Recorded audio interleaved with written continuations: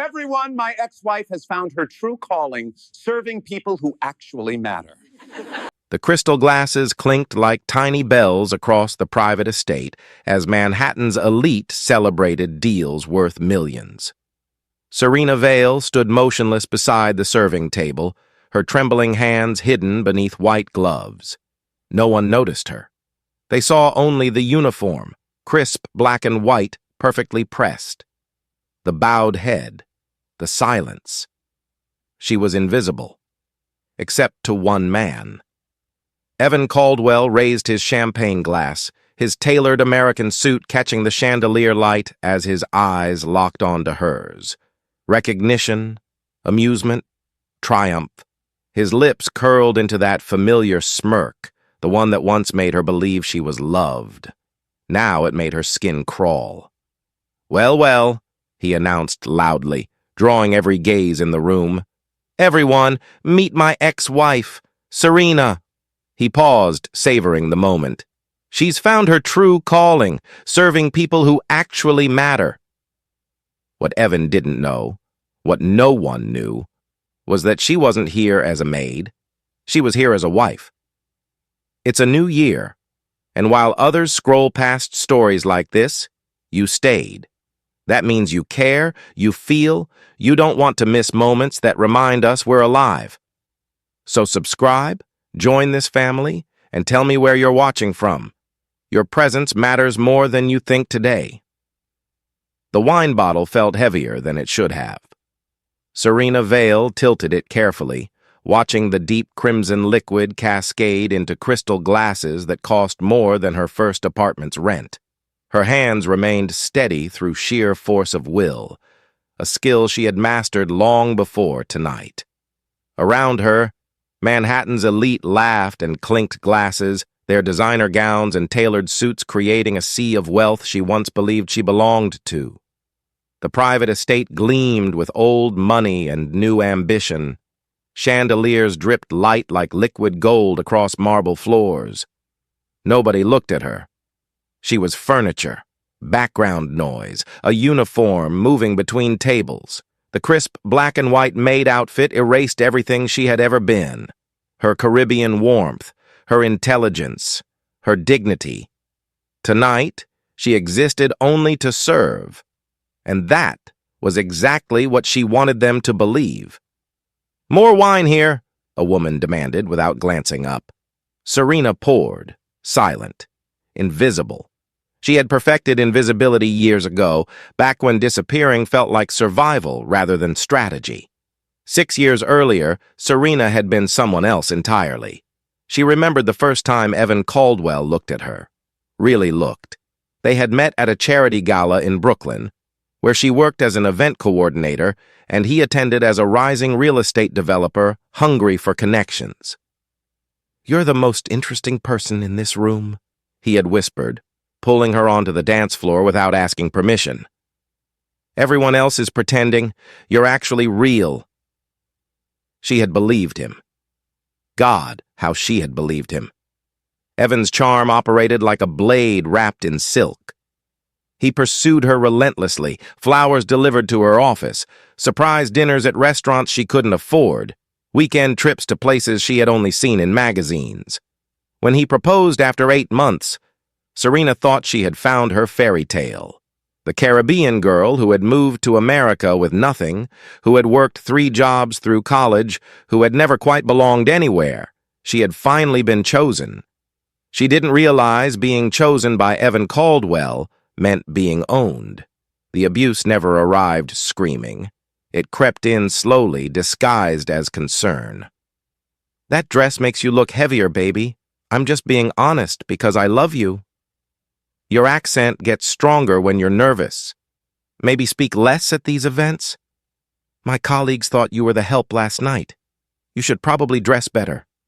Each comment landed like a paper cut, small enough to dismiss, frequent enough to bleed.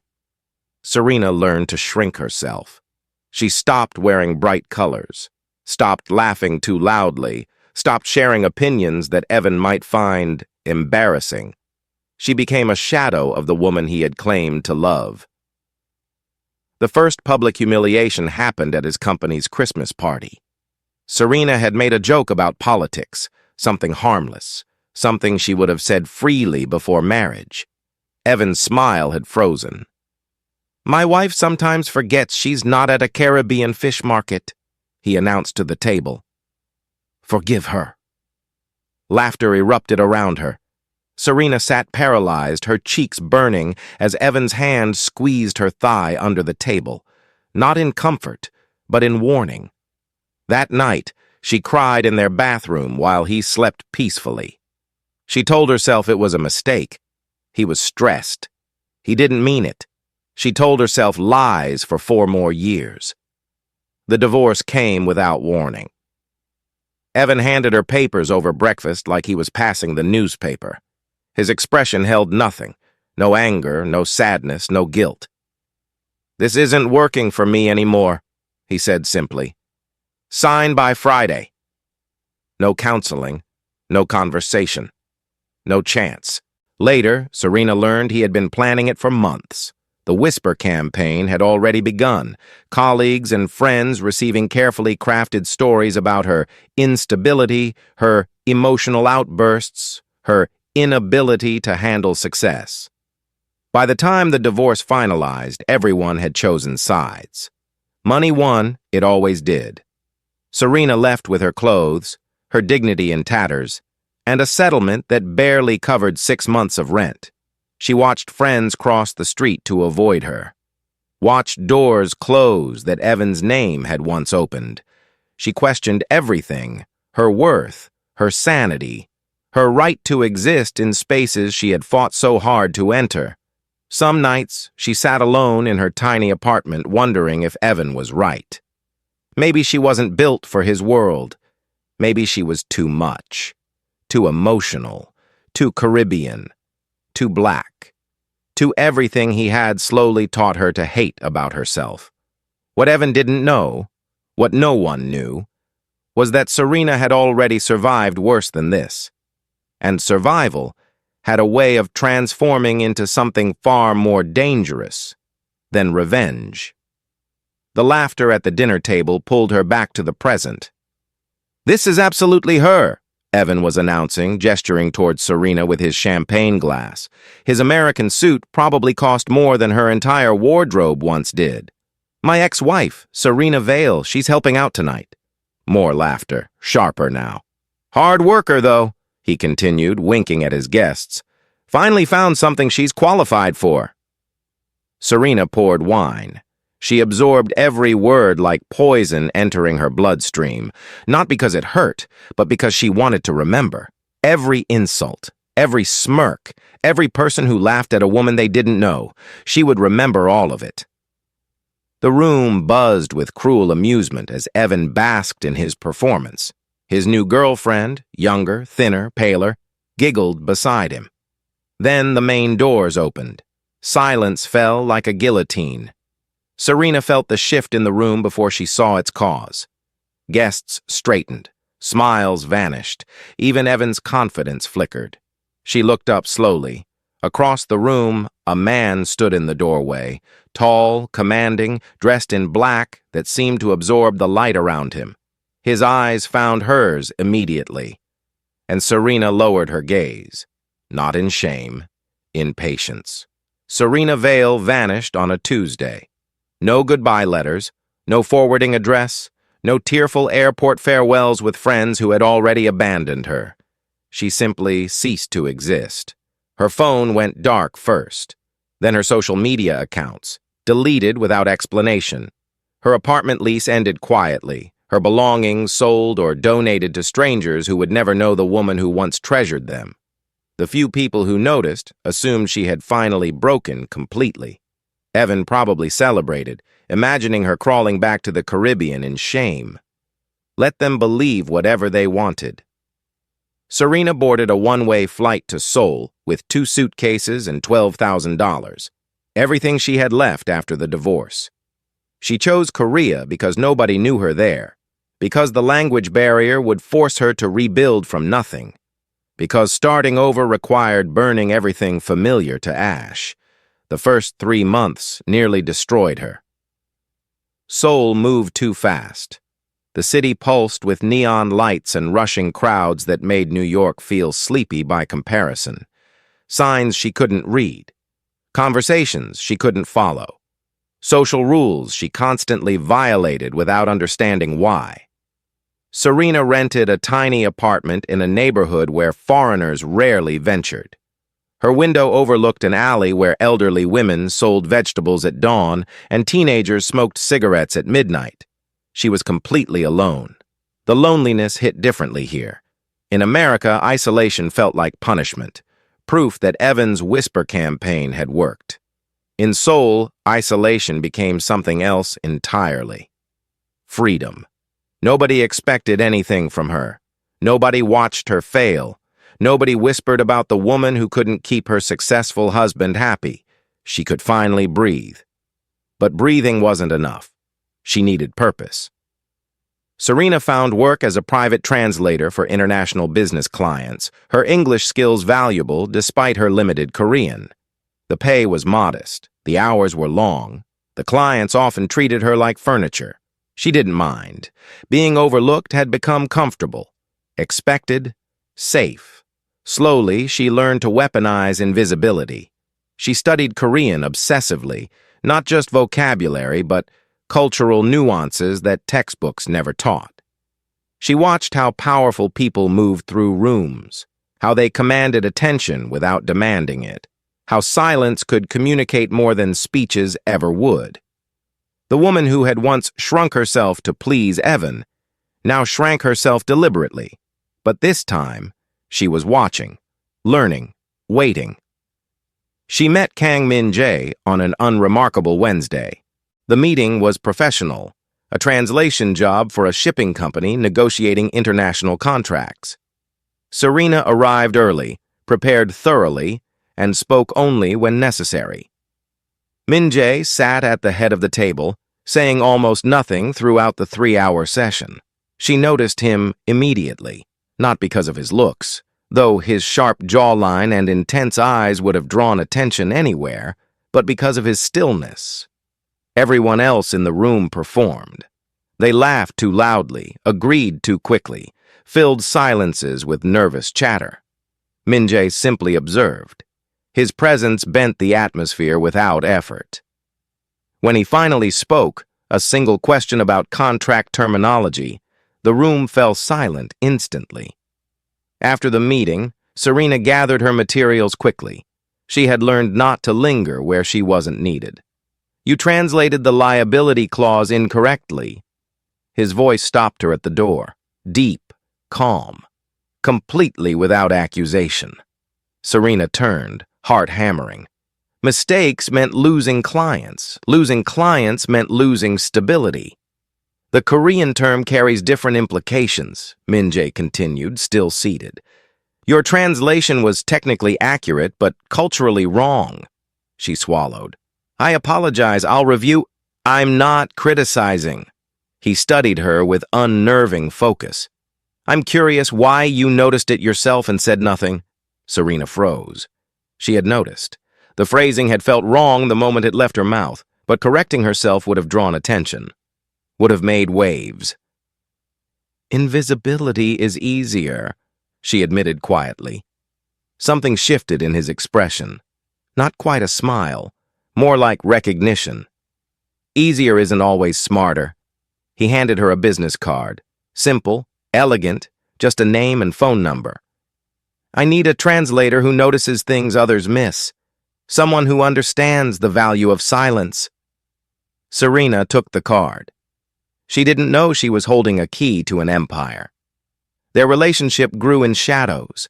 Min-jae hired her for increasingly sensitive translations, meetings conducted in private rooms, documents that arrived in sealed envelopes, conversations where wrong words could mean dangerous consequences. He never explained his business fully. She never asked, but Serena observed. She noticed the way subordinates bowed deeper to him than to other executives. Noticed the fear that flickered in eyes when his name was mentioned. Noticed the unmarked cars that followed his movements. She understood power, She recognized it intimately, having lived beneath Evan's petty, insecure version for years. Min Jae's power was different.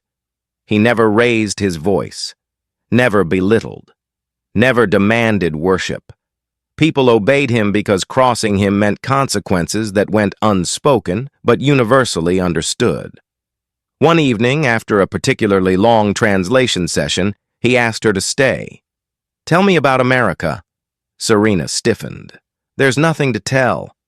There's always something." He poured tea for both of them, a gesture of equality that surprised her. "You carry weight from somewhere. I see it in how you move." Silence stretched between them. Finally, Serena spoke. "I was married to a man who made me feel invisible. When I became visible again, when I pushed back, he erased me." She stared at her teacup. "Sometimes I still feel small, like I'm taking up space I haven't earned." Min Jae set down his cup. "Power isn't loud," he said quietly. "It's patient." Serena looked up. For the first time in years, someone was seeing her. Not the uniform, not the failure, not the ex-wife who couldn't keep up. Her. They married 6 months later. No photographers. No announcements. No rings that screamed wealth or possession. Just vows exchanged in a private ceremony witnessed by Min Jae's most trusted men. Men who would never speak of it. Serena wore white, simple, elegant. Min Jae wore black. Always black. When he took her hands, his grip was firm but never bruising. "You don't need to disappear anymore," he promised. She believed him. For the first time since leaving Evan, Serena felt safe, protected, valued not for what she could provide, but for who she was becoming. What she didn't realize, not yet, was that Min Jae had known Evan's name long before she ever spoke it. He had done his research thoroughly. He always did. 2 years into their marriage, Min Jae received intelligence about an exclusive business dinner. Manhattan, private estate, high-profile investors. Host, Evan Caldwell. Min Jae's organization had quietly acquired controlling interest in the property months earlier. The irony wasn't lost on him. He mentioned it casually over dinner, watching Serena's reaction. Her chopsticks paused mid-air. "He's hosting at our property?" "He doesn't know that yet." Silence. Then Serena set down her chopsticks and met her husband's eyes with an expression he had never seen before. "I want to go." Min Jae's eyebrow raised slightly. "Not as your wife," Serena continued, her voice steady but intense. "As a maid, I want him to see me serving. I want him to enjoy humiliating me one last time." The request hung between them. Min Jae studied her carefully. "And then?" Serena smiled. Cold, patient, earned. "Then you walk in." The uniform arrived 3 days before the dinner. Serena stood in their sole penthouse holding the crisp black and white fabric against her body. The material felt cheap, designed for function, not dignity, designed to erase whoever wore it. Min Jae watched from the doorway, his expression unreadable. "You don't have to do this," he said quietly. "I can destroy him without you stepping into that room." Serena knew he could. One phone call, one signature.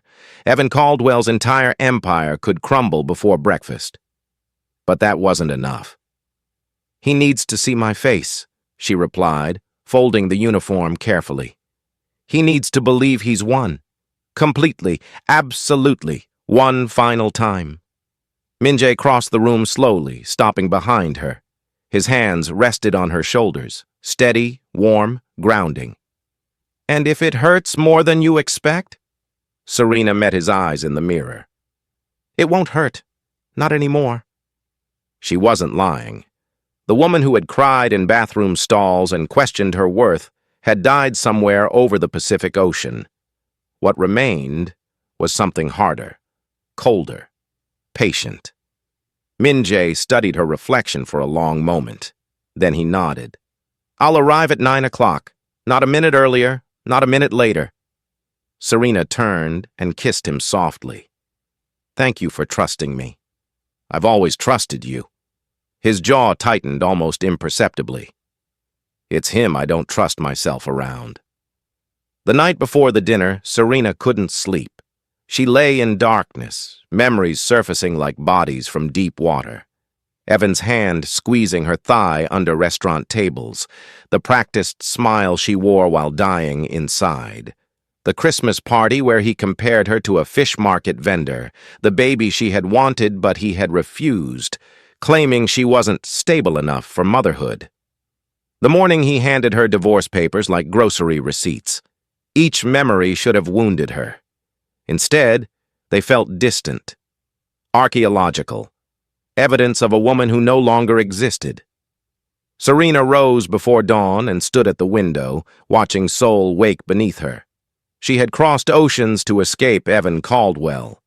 Now she was crossing back, not as a refugee, but as something he couldn't imagine, something patient. The private estate gleamed with obscene wealth as Serena arrived through the service entrance. She had insisted on complete authenticity. No special treatment, no whispered warnings to staff. She would enter as a maid, work as a maid, and be treated as a maid.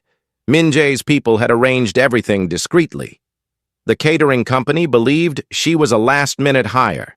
The estate manager barely glanced at her credentials. Invisible. Exactly as planned. Serena changed into the uniform in a cramped staff bathroom. The fabric scratched against her skin, the apron tied too tightly around her waist. She stared at her reflection. 6 years ago, this image would have shattered her. Proof of everything Evan had predicted. The Caribbean girl who reached too high and fell exactly where she belonged. Now she saw something different. A woman in costume, a predator in camouflage. She smoothed the apron deliberately and walked toward the ballroom. The hunt was beginning. Evan noticed her within 20 minutes. Serena had positioned herself near the main table, refilling water glasses with mechanical precision. She kept her head bowed, her movements small, her presence negligible. But she felt his eyes find her like heat from an open flame. The recognition took a moment, then came the disbelief. Then, predictably, the cruel satisfaction. Evan Caldwell had always been predictable. He excused himself from his conversation and approached slowly, champagne glass dangling from manicured fingers. His suit probably cost more than most people's monthly rent. His smile carried the same sharp edges she remembered. "Serena?" She looked up, performing surprise. "Mr. Caldwell." His laugh echoed across the room. Several guests glanced over curiously. "Mr. Caldwell," he repeated, savoring the formality. "God, that's perfect. You actually work here?" Serena nodded, eyes lowered. "I needed employment." Evan's smile widened. He turned toward his guests, raising his voice deliberately. "Everyone, you need to hear this." The room's attention shifted. Conversations paused. Champagne flutes lowered. "This woman," Evan gestured grandly toward Serena, "is my ex-wife, Serena Vale. We were married for 4 years." Murmurs rippled through the crowd, curious, amused, hungry for drama. "She left me convinced she deserved better," Evan continued, warming to his audience. "Thought she was too good for our life together, too ambitious, too special." He paused dramatically. "And now she's serving drinks at my dinner party." Laughter erupted. Sharp, cruel, collective. Serena absorbed it silently.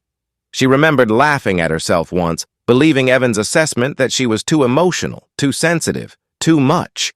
She had internalized his cruelty so completely that his voice had become her inner monologue. Not anymore. Now his mockery sounded hollow, desperate, the performance of a man who needed audiences to validate his worth. She almost pitied him. Almost. The humiliation escalated throughout the evening. Evan found excuses to summon her repeatedly. "More wine here. Clear these plates. Stand closer so my guests can see you properly." Each command delivered loudly, each interaction designed to maximize her degradation. His new girlfriend, a sleek Manhattan socialite named Veronica, joined the cruelty enthusiastically. "She's actually pretty," Veronica observed, circling Serena like a predator examining wounded prey. "In a exotic way. I can see why you married her." "Temporary insanity," Evan replied. "We all make mistakes." More laughter. Serena poured wine without trembling. Internally, she cataloged everything. Every guest who laughed. Every business partner who smirked. Every person who witnessed her humiliation and chose entertainment over decency. They would all remember this night differently by morning. At 8:47, Evans summoned Serena to the main table for a toast. "One more glass," he commanded, gesturing imperiously. "We're celebrating." Serena approached, bottle ready. On the table before him sat a leather folder containing documents, investment papers for a major real estate acquisition. The deal represented Evans' largest venture yet, requiring signatures from all present investors. She watched him sign with a flourish, passing the folder to the next guest. He didn't read the fine print. He never did. The property he was investing in, the very estate hosting tonight's dinner, had been quietly acquired by interests he couldn't trace, interests that answered to a name he would learn soon enough. Evan Caldwell had just signed away leverage he didn't know he possessed. Serena poured his wine without expression. The clock read 8:52. 8 minutes remaining. At exactly 9 o'clock, the main doors opened. The sound wasn't dramatic, just heavy oak swinging inward on well-oiled hinges. But the effect was immediate. Conversations stopped. Glasses froze mid-lift. Silence crashed through the ballroom like a wave. Serena didn't need to look. She felt Minjae's presence before she saw him, the way the atmosphere itself seemed to recognize authority. He stood in the doorway, dressed in black that absorbed the chandelier light. No jewelry, no ostentation, just presence that bent the room around him. Every investor recognized him. Evan's face drained of color so quickly Serena thought he might faint. Minjae scanned the room slowly, deliberately, letting the silence stretch until it became uncomfortable. His gaze passed over guests who had been laughing moments earlier, guests now frozen in sudden, inexplicable fear. Then his eyes found Serena. She stood motionless beside Evan's table, wine bottle still in hand, uniform still crisp and humiliating. Minjae walked forward. The crowd parted without being asked. He stopped directly beside her, close enough that his sleeve brushed her shoulder. The proximity was deliberate, possessive, protective. Evan opened his mouth, perhaps to greet him, perhaps to explain, perhaps to perform the charm that had carried him through every crisis. No words emerged. Minjae didn't acknowledge him.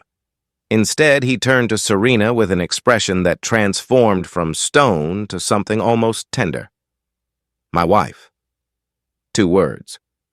The room stopped breathing. "You look tired." The silence stretched like a blade pressed against skin. "My wife. You look tired." 4 words. The room shattered. Serena watched comprehension ripple through the guests like poison spreading through bloodstreams. Confusion gave way to shock. Shock gave way to fear. Fear gave way to the desperate recalculation of everyone who had laughed just moments earlier. Evan stood frozen, champagne glass suspended mid-air, his practiced smile crumbling at the edges. "There must be some misunderstanding," he managed, his voice cracking on the final syllable. Minjae didn't acknowledge him. His attention remained fixed on Serena, waiting. She set down the wine bottle slowly, deliberately. The crystal made a soft sound against the tablecloth, barely audible, yet somehow deafening. Then she reached behind her back. The apron strings came undone easily. She had tied them loosely on purpose, knowing this moment would arrive. The white fabric fell away, pooling on the marble floor like shed skin. Serena straightened her spine. The transformation was subtle but absolute. Her shoulders rolled back, her chin lifted, Her eyes, which had remained downcast all evening, now swept across the room with quiet authority. She wasn't performing confidence. She was simply no longer pretending weakness. The uniform remained, but the woman wearing it had changed entirely. The maid had vanished. Something far more dangerous stood in her place. Evan's mind was visibly short-circuiting. "Serena, I don't... You can't possibly be married," Serena's voice carried clearly across the silent ballroom. "For 2 years now." She watched her ex-husband's face cycle through emotions: disbelief, denial, horror, and finally the sickening realization of what he had done. He had spent the evening publicly humiliating the wife of Kong Min-jae. The Kong Min-jae, the dragon of soul, the man whose signature could elevate industries or bury them. Evan's champagne glass slipped from his fingers. It shattered against the floor, but nobody moved to clean it. Nobody dared breathe too loudly. "This is..." Evan laughed nervously, the sound hollow and desperate. "This is some kind of joke, right? A prank?" Min-jae finally turned to face him. The temperature in the room seemed to drop several degrees. "I don't joke." 3 words. Evan physically recoiled as if struck. Around the room, investors were already distancing themselves. Serena watched them shuffle backward almost imperceptibly, the primitive instinct to avoid association with the condemned. A silver-haired man near the window quietly folded the investment documents he had been reviewing. A woman in Chanel began typing furiously on her phone beneath the table. A Japanese businessman whispered urgently to his translator. Deals that had seemed certain an hour ago were evaporating in real time. Evan's face glistened with sudden sweat. "Mr. Kang, I had no idea." "Of course you didn't." Min-jae's tone remained conversational, pleasant even. Somehow that made it more terrifying. "You never do." He stepped forward, closing the distance between them until Evan had nowhere to retreat. The real estate developer, who had seemed so powerful moments ago, now looked diminished, shrunken. "I've reviewed your portfolio," Min-jae continued softly. "Impressive leverage, aggressive expansion, significant debt against anticipated returns." Evan's throat bobbed visibly. "What I found most interesting," Min-jae added, "was how many of those anticipated returns depend on properties and partnerships connected to my organization." He paused, letting the implication land. "Connected to my wife's organization." Serena saw the exact moment Evan understood. His empire, the real estate kingdom he had built, the reputation he had crafted, the future he had mortgaged everything to achieve, rested on foundations controlled by the woman he had just spent hours degrading. The signed documents on the table suddenly felt like confession papers. "Please," Evan whispered, abandoning all pretense of dignity. "I didn't know. I would never have..." "You would never have humiliated her if you knew she was powerful." Min-jae's voice sharpened slightly. "That's the problem." Veronica had already disappeared. Serena noticed her absence almost absently, the sleek socialite fleeing through a side door while attention focused elsewhere. Rats abandoning ships. Some things never changed. The remaining guests stood paralyzed, uncertain whether to leave or stay. Several attempted apologetic eye contact with Serena. Their earlier laughter transformed into desperate pleas for forgiveness. She offered nothing back. Evan stepped toward her, hands raised in supplication. "Serena, please. We were married. We had something real once." She studied him carefully. The tailored suit, the expensive haircut, the face that had once made her heart race and her self-worth crumble. He looked smaller somehow. Not physically. He still stood tall, still commanded the genetics that had always opened doors for him. But something essential had deflated. "We never had anything real," Serena replied quietly. "You had ownership. I had survival." I made mistakes, Evan continued desperately. I was young, ambitious. I didn't know how to love properly. You knew exactly how to love yourself properly. Everyone else was just audience. Evan grabbed her wrist. The old instinct, the familiar possession. Minjae moved so quickly Serena barely registered it. One moment Evan was gripping her arm. The next, he was on his knees, his wrist bent at an angle that promised excruciating pain without actual damage. Release her, Minjae said calmly, or I release you from the ability to sign contracts ever again. Evan released immediately, cradling his throbbing wrist. Serena could have destroyed him then. One word to Minjae, one nod of permission. Evan's career, finances, and social standing could be systematically dismantled over the following months. She had dreamed of this moment during her darkest nights, imagined him crawling, begging, experiencing even a fraction of the powerlessness he had inflicted on her. But standing over him now, she felt something unexpected. Nothing. Not satisfaction, not rage, not even the vindictive pleasure she had anticipated. Just emptiness. Completion. Evan Caldwell had occupied so much space in her psyche for so long. His voice had narrated her failures. His judgment had shaped her self-perception. His shadow had followed her across oceans. Now he knelt before her, terrified and diminished, and she realized something profound. She didn't need his destruction to feel whole. She was already whole. "Stand up," Serena said quietly. Evan looked up, hope flickering in his eyes. "I'm not going to ruin you." The hope intensified. "Not because you deserve mercy," she continued, "but because you're simply not worth the energy anymore. You're a chapter I closed years ago. Tonight was just turning the final page." She stepped back, creating distance between them, not from fear, but from complete disinterest. "Your business will survive or collapse based on your own choices. I won't interfere. My husband won't interfere." She glanced at Minjae, who nodded almost imperceptibly. "Consider that the only gift you'll ever receive from me."